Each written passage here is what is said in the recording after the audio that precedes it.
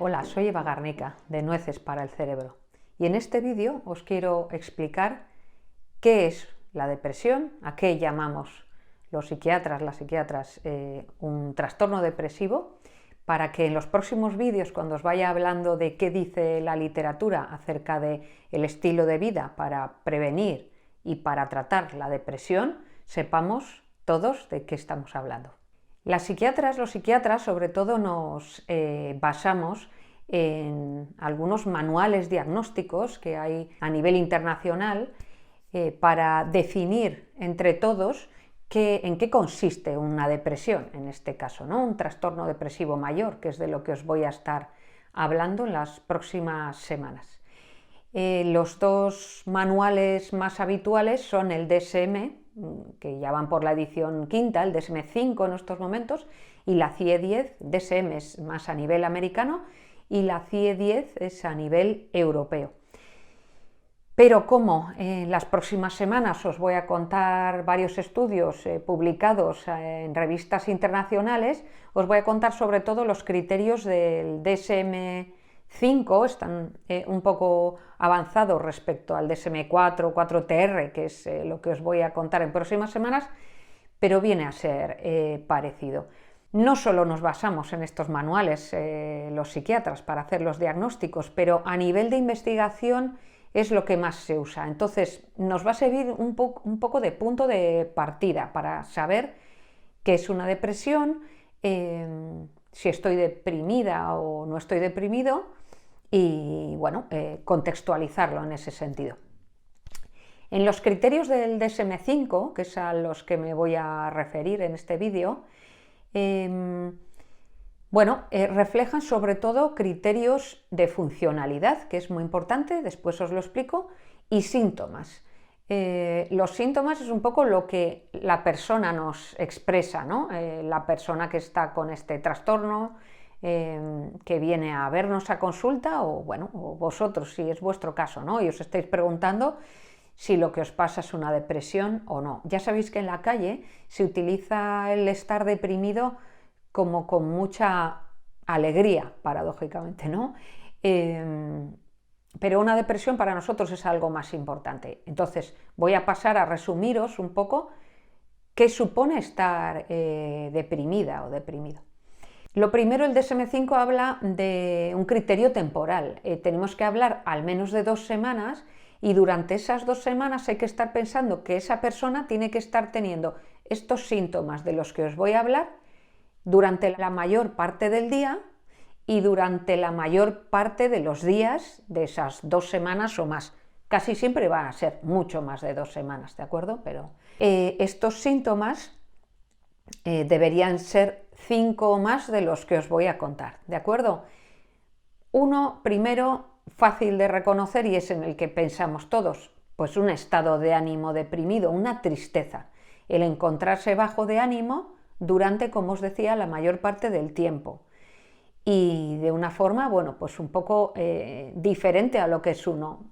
Tiene que suponer como un cambio respecto a nuestra vida habitual. Estado de ánimo deprimido, tristeza.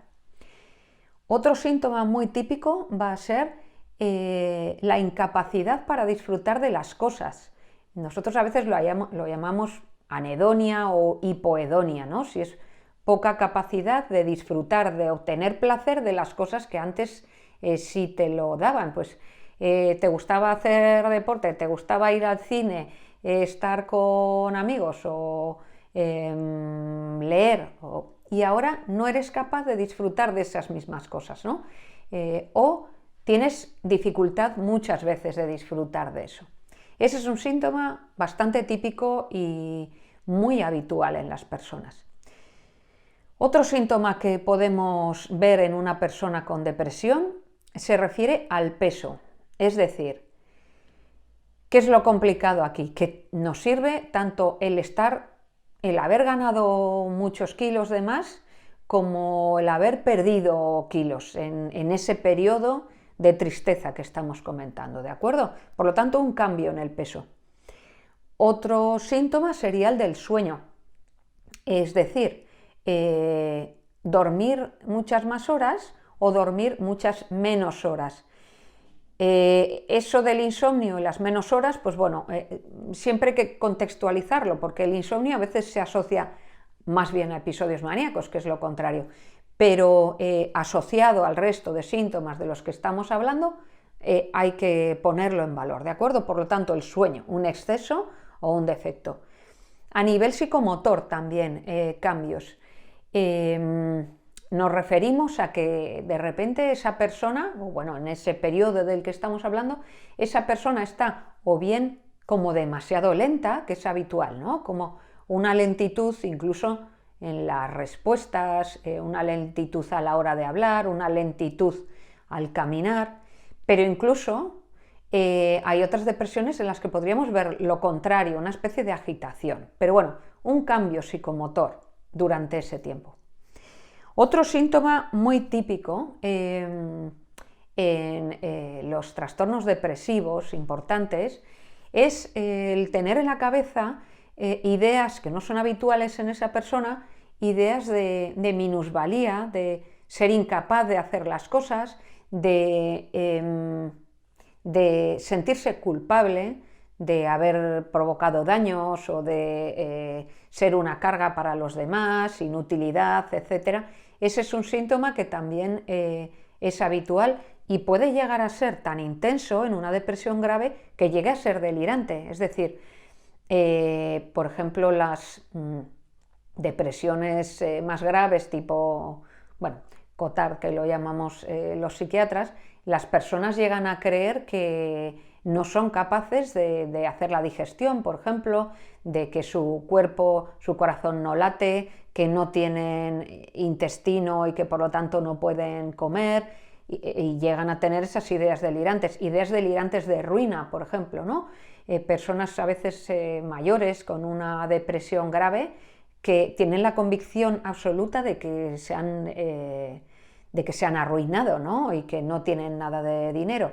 Bueno, esa línea de culpa, incapacidad, minusvalía, todo esto es un síntoma bastante típico de la depresión y puede alcanzar, como os digo, desde un rango menos importante a un rango incluso delirante. Otras cuestiones que podemos encontrar en la depresión, otros síntomas. Encontramos, por ejemplo, y lo cuentan, lo refieren muchas veces los pacientes, las pacientes, esta dificultad para concentrarse, ¿no? Esta dificultad en la atención.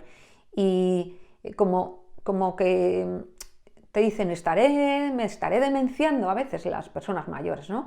Porque estoy como perdiendo capacidades, perdiendo memoria, no me acuerdo de las cosas, no soy capaz de atender. Bueno, pues ese es otro síntoma típico de la depresión que podríamos englobar en ese bloque que os he contado de síntomas, en los que son necesarios 5 más durante al menos 2 semanas la mayor parte del tiempo. Aparte de esto que os he dicho de los síntomas, hay una característica importante en una depresión y en todos los trastornos mentales.